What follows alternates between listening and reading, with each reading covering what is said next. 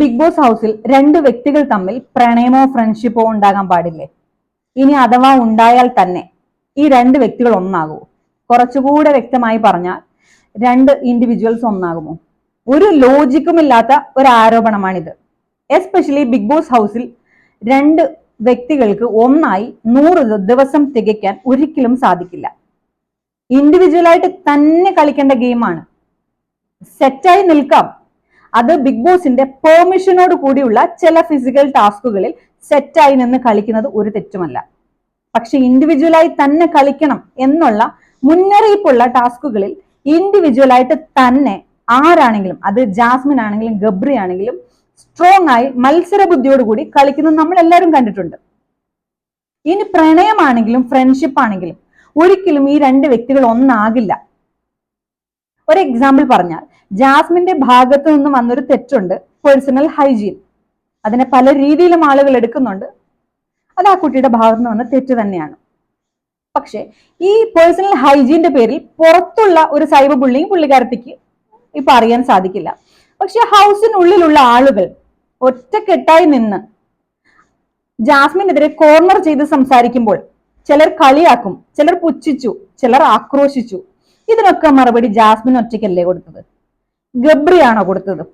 ഗബ്രിയോടെ സംസാരിക്കേണ്ട ആവശ്യമുണ്ടോ? ഗബ്രിയോടെ സംസാരിച്ചോ? ഒരിക്കലുമില്ല. ഈ ചുറ്റും നിന്നുള്ള ചോദ്യശരങ്ങൾ ജാസ്മിന്റെ നെഞ്ചത്തേക്കല്ലേ തറയ്ക്കുന്നത്? ഗബ്രി അത് പകുതി ഒടിച്ചെടുത്തോ? പണ്ടുള്ള സിനിമകളിലെ രജനികാന്ത് ഗൺഷൂട്ട് ചെയ്യുന്ന സമയത്ത് ഒരു ബുള്ളറ്റ് രണ്ടായി സ്പ്ലിറ്റായി 3-4 പേരുടെ നെഞ്ചിലേക്ക് തറയ്ക്കുന്നത് പോലെ അങ്ങനെ എന്തെങ്കിലും മാജിക് അവിടെ കാണാറുണ്ടോ? ഒരിക്കലുമില്ല. ജാസ്മിന് നേരെ വരുന്ന ആരോപണങ്ങളാണെങ്കിലും അത് ഗെയിമിന്റെ ഭാഗമായിട്ടുള്ള പല തരത്തിലുള്ള പ്രൊവോക്കിംഗ് ആയിട്ടുള്ള സംഗതികളാണെങ്കിലും ജാസ്മിൻ ഒറ്റയ്ക്കാണ് അതിനെ നേരിടുന്നത്. ഇനി ഇൻഡിവിജ്വാലിറ്റി ഇല്ല എന്ന് പറയുന്ന മറ്റൊരു തലം, ഇവരുടെ റിലേഷൻഷിപ്പിനെ ക്വസ്റ്റ്യനിങ്, അതായത് ചോദ്യം ചെയ്തുകൊണ്ട് ഹൗസിനുള്ളിലുള്ളവരെല്ലാവരും സംസാരിച്ചിട്ടുണ്ട്. അതായത് നിങ്ങളുടെ ഈ ഇരിപ്പൊക്കെ കണ്ടാൽ ഞങ്ങൾക്ക് ഇത് പ്രണയമായിട്ടേ തോന്നും. അപ്പൊ അങ്ങനെയുള്ള ചോദ്യശരങ്ങൾ വരുമ്പോൾ ഒരാൾ മാത്രമാണോ സംസാരിക്കേണ്ടത്?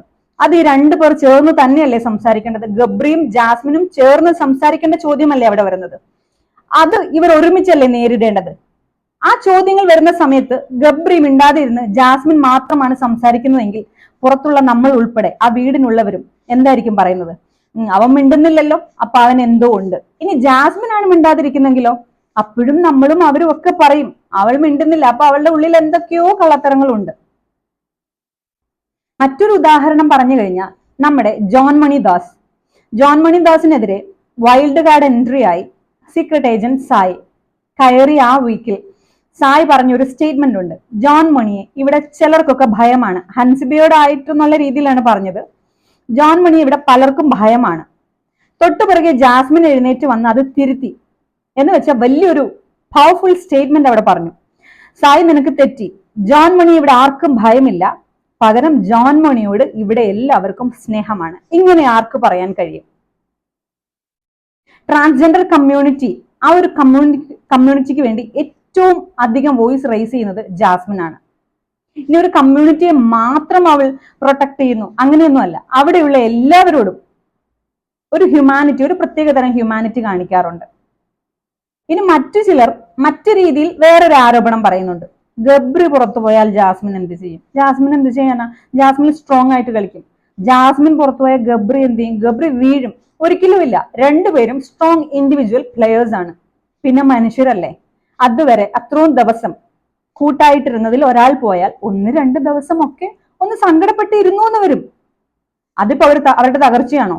അല്ല. അവർ സ്ട്രോങ് ആയിട്ട് തന്നെ മുന്നോട്ട് പോകും. എന്തെങ്കിലുമൊക്കെ അച്ചീവ് ചെയ്തിട്ട് ഈ ഒരു കൂട്ടുകെട്ട് പുറത്തേക്ക് വരും.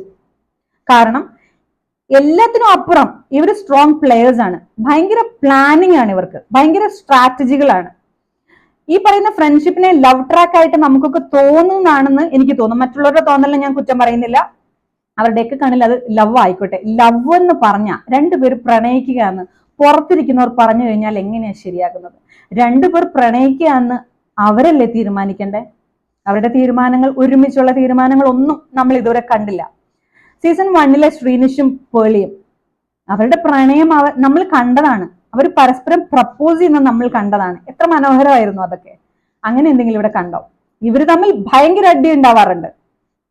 ഇവർ തമ്മിൽ വാഗ്വാദങ്ങളും വാക്പോരുകളും ഉണ്ടാകാറുണ്ട്. ഇതിൻ്റെ ഇടയ്ക്ക് പ്രണയം എന്നൊരു സംഭവം വന്നിട്ടുണ്ടോ? ഒന്നിരുന്ന് ആലോചിച്ചാൽ മതി. സംസാരിക്കുമ്പോൾ കൈ പിടിക്കുന്നു, കാൽ പിടിക്കുന്നു, അതൊക്കെ ഒരു പ്രണയമാകും. അങ്ങനെയാണെങ്കിൽ സീസൺ 5 2 കോണ്ടസ്റ്റൻസ് അവരെങ്ങനെയായിരുന്നു? ഇതിലും വലിയ കോണ്ടന്റ്സ് ആണ് അവർ പുറത്തേക്ക് വിട്ടത്. ഒരാൾ വിവാഹിതയായിരുന്നു, അവരും കേട്ടു കുറെ സൈബർ ബുള്ളിങ്. അവസാനം അവരുടെ വായിൽ നിന്നും പുറത്തേക്ക് വന്ന് ഈ ഷോയ്ക്ക് എന്ത് കോണ്ടന്റും ഞാൻ കൊടുക്കും. അവർ പുറത്തു പോയി. അവരെ അതൊന്നും ബാധിക്കുന്നത് പോലുമില്ല.